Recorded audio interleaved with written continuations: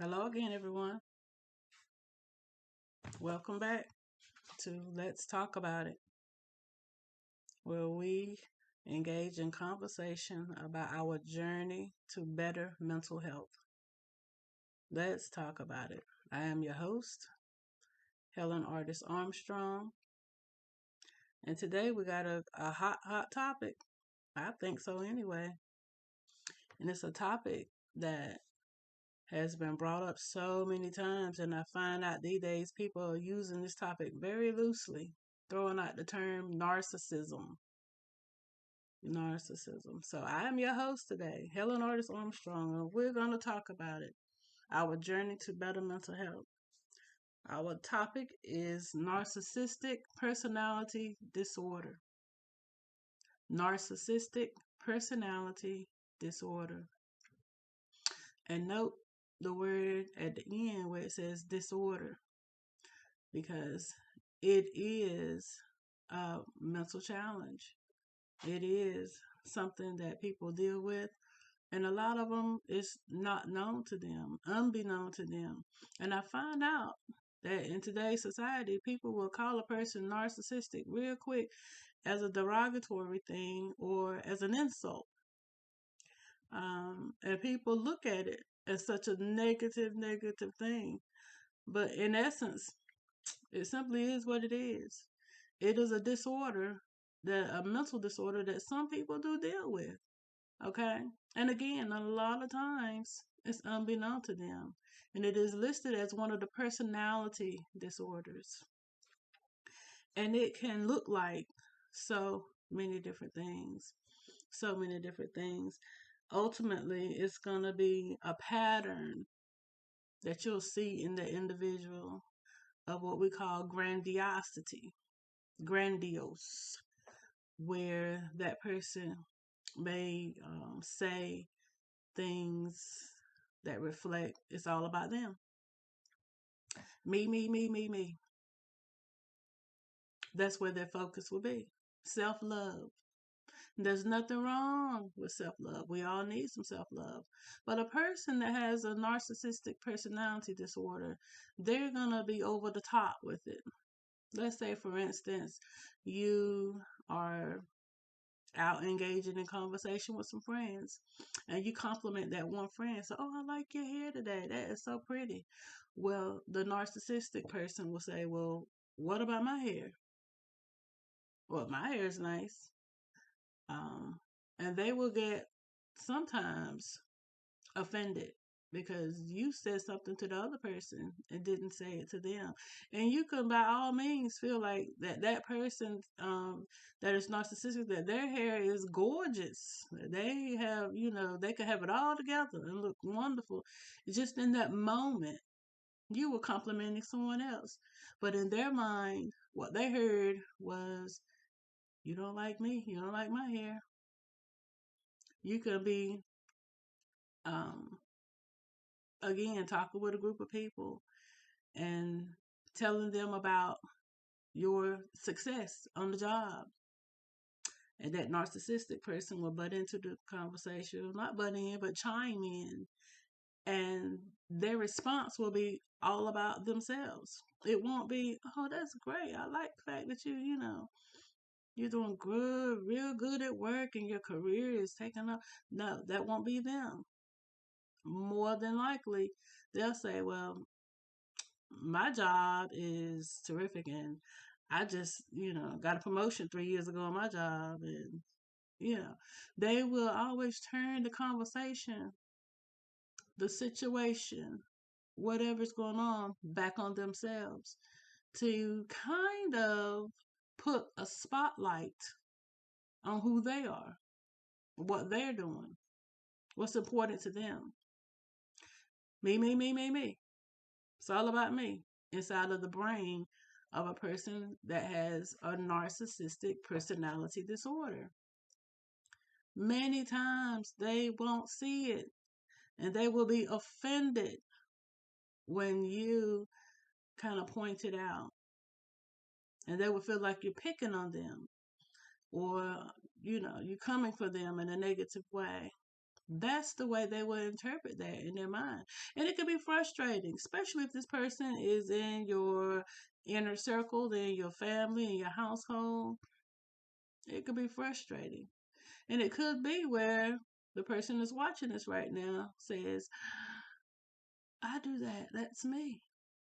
Where you're seeing yourself. And many times it is a long time in, for a person that has this disorder before they begin to see themselves and realize that that's exactly what I'm doing. Often, this personality trait is not diagnosed readily.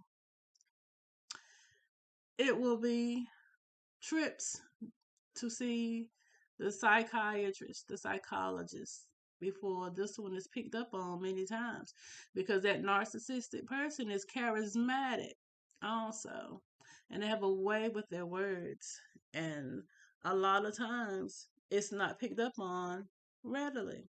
Okay, that person that has that narcissistic trait, they might also um, be preoccupied with fantasies of unlimited success about themselves, the brilliance and power and beauty that they have. Okay. They might be always talking about um, the money that they have in the bank.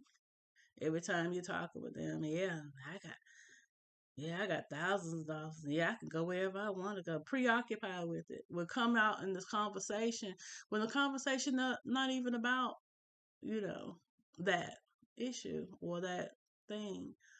Not even talking about money. And they'll come out and start talking about how much money they have. Not even talking about the fact that of who they are or what they are aspiring to do in life. But that's where it seems like it's out of the blue. They'll start talking about themselves and putting themselves on a pedestal in average conversation. And people that are standing by and talking with them, they'll be like, huh? Like, well, where did that come from? Sometimes. And a person that's narcissistic will get offended quickly um, if you don't reciprocate what they're talking about themselves. If you begin to turn a deaf ear, or if you begin to be turned off of the conversation and not interested, they're offended. They could be crushed really easily. Okay. And they require that admiration from you, from everybody around them. They need people that's going to constantly stroke their egos, pat them on the back, and tell them how wonderful they are, that you're doing good. Without it, they can very easily become broken mentally. They are very fragile in that way. Okay, so it's not just, well, they're so arrogant. Yes, they are. And a lot of times they don't even know it. So if that person is somebody that you care about, just be aware that you got to handle them. I guess the old saying is with kid gloves. You got to handle them um very carefully, because they can be very broken very easily, and they can kind of regress and go inside of themselves and go into a pity party of woe is me. Nobody loves me. Nobody understands me. Nobody wants me around. Um, there is comorbidity, which is a big word for a link between narcissism and depression.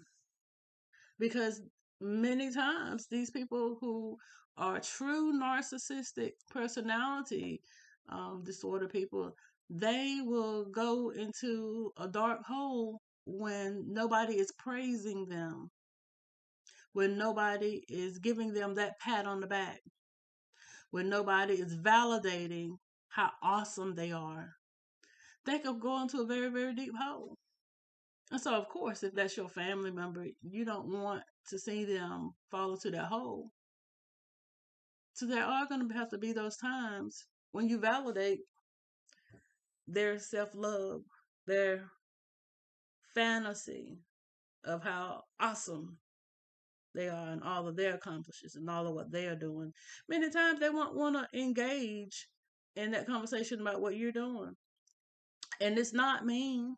It's not um it's not that they don't want to. It's mentally that they don't see how they can. It almost hurts them to praise and pat you on the back because they're so preoccupied and focused about me. They feel like that you should be too. Point blank, period. That's what a true narcissistic person is like. Okay. And I want to bring out the fact that you can see this in children, toddlers, and there is a certain normalcy in that. Okay. Just because a person has a narcissistic trait as a toddler, as an adolescent, teenager, does not mean they will develop the narcissistic personality disorder. It could be just that phase and stage that they're in that you'll see that trait where they will desire more of the attention, where they will have a pattern of that self love that seems to be in your face. And they'll get mad and get heated when the praise is not there. They can go from, as they say, from 0 to 100 real quick. I know a child, and this little girl, 5 years old, at the time of this particular episode, and she was upset because there was a person that showed up and gave, these were adults that showed up, and the husband gave the wife a bouquet of flowers. And the 5 year old was there to witness it. Okay, this was just a loving act between the husband and the wife. They were doing what they do. But the 5 year old, who had everything she needed, who was well supported, well loved, who was given, just the world pretty much. In that moment, she was crushed. And as a response to that husband giving the wife the flowers, this child went into straight meltdown. She began to just cry. I mean, out of the blue, didn't say a word to anybody. Cry, cry, cry, sobbing, this sad, sad cry, and felt personally attacked. And when she was asked, well, what's wrong with you? What's happening with you right now? She said, well, he gave her flowers, but he didn't give me any. Totally not a part of what was going on right then. This was about that husband and that wife. But this child showing that narcissistic trait bawled her eyes out because he walked in, he gave her some flowers, and he didn't give me any. And that same 5 year old, I witnessed many, many, many, many other narcissistic traits. Does that mean that she is going to have narcissistic personality disorder as an adult? It could and it could not. It could go either way. What I am stating is that in toddlers and adolescents and young children, you will sometimes see that trait. And there is some normalcy in that, okay? But that's something to watch for. That is something to begin to talk to them about and to help them get grounded. And so ultimately, people that have this narcissistic disorder trait, that's what only thing you can do for them is you need to have a conversation. They really need to be in counseling to help them to get grounded because mentally they're not grounded. And these things can turn to so many more things as they get older, especially if they're a child. And if they are adults, it could turn into fits of rage. It could turn into bouts with depression, some really, really lows in their life. It could turn into so many different things. And ultimately, you know, that narcissist, they can bring a whole lot of hell into the household.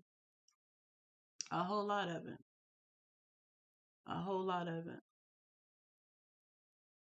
That needs to be checked. It needs to be checked. So if that's you, if that's your loved one, if that's someone you know that is dealing with this, first of all, number one, validate their feelings that you are loved, that you are somebody, that you are an awesome person. I didn't say go off the deep end and helping them to really shine in that way where you are engaging in the fantasy, but validate. Because everybody needs love and everybody needs self love. But a narcissistic person, theirs is kind of over the top. But help validate that with them. And ultimately, talk with them sensibly, about going to talk to somebody that, hey, I see this going on with you. And I think maybe a counselor can help you out, help you understand why your mind is wound up in this way. Because like I said, they will be crushed. They will become um, that person that will drop down into that deep hole, even of depression and some other things. They have anxieties about being around people and being in groups, thinking that nobody likes the way I look. No, they don't see me. You know, handle them carefully. Don't just throw that term out there of narcissism like you're throwing darts. It's not okay because they didn't choose to have that kind of mindset. It's who they are, you know. It's who they are, and we have to just take them for who they are and where they are, especially if that's your loved one. Because I believe that somebody's watching this video right now and say, you know what? Yeah, that sounds like my child. That sounds like mama. Daddy showing that. I knew my husband had that going on. Somebody's saying that right now. Help them to get grounded and understand who they are. Ultimately, the weapon that is going to be used, the tool that they need in their toolbox to help them through this is awareness, learning about this disorder trait, learning about the triggers, the ups, the downs, learning about how to deal with it, how to get grounded and stay grounded. And that's about it. Well, as always, I like to leave you with scripture. And so I didn't really pull one up right now before I started filming today. But one of my favorites is in Luke 1:37. And it says, with God, nothing is impossible. With God, nothing is impossible. And so with that person that's showing that narcissistic trait, it's not an impossible task to be able to live with them and to deal with them, even with yourself. It's not impossible. Awareness. Awareness. Go see a counselor. Talk to them about the feelings that you're having, the emotions that you're experiencing, the ups and downs, the highs and lows, because there could be some manic going on in there. And along with the depressive state, it could go either way with a narcissistic person because their mind is so wound up, searching for that validation, searching for that self love to be, I guess, praised. They want you to praise the fact that it's all about them. And a lot of times we're not going to want to do that. Not going to want to do that. Help them to get grounded, see somebody. Nothing is impossible with God. Pray for them. Pray for them. There is help out there. You just got to reach out for it. Well, that's my spiel for today. As always, Jesus is my saving grace. And without him, I know there's nothing that Helen can do. Yes, I got self-love. I love me some me. But I understand. That it's not all about me in this world. And just know this morning that I love you too. I really do. Often in my daily prayers, I'm praying for the world as a whole, as we all should. So if you guys want to reach out to us, we thank you for being here with us today. If you want to reach out to us, you can do so by way of our email at kblministries@yahoo.com. Feel free to reach out kblministries@yahoo.com. And as always, we enjoy reading about your feedback about our broadcasting. So until the next time, y'all stay safe. Talk to you later.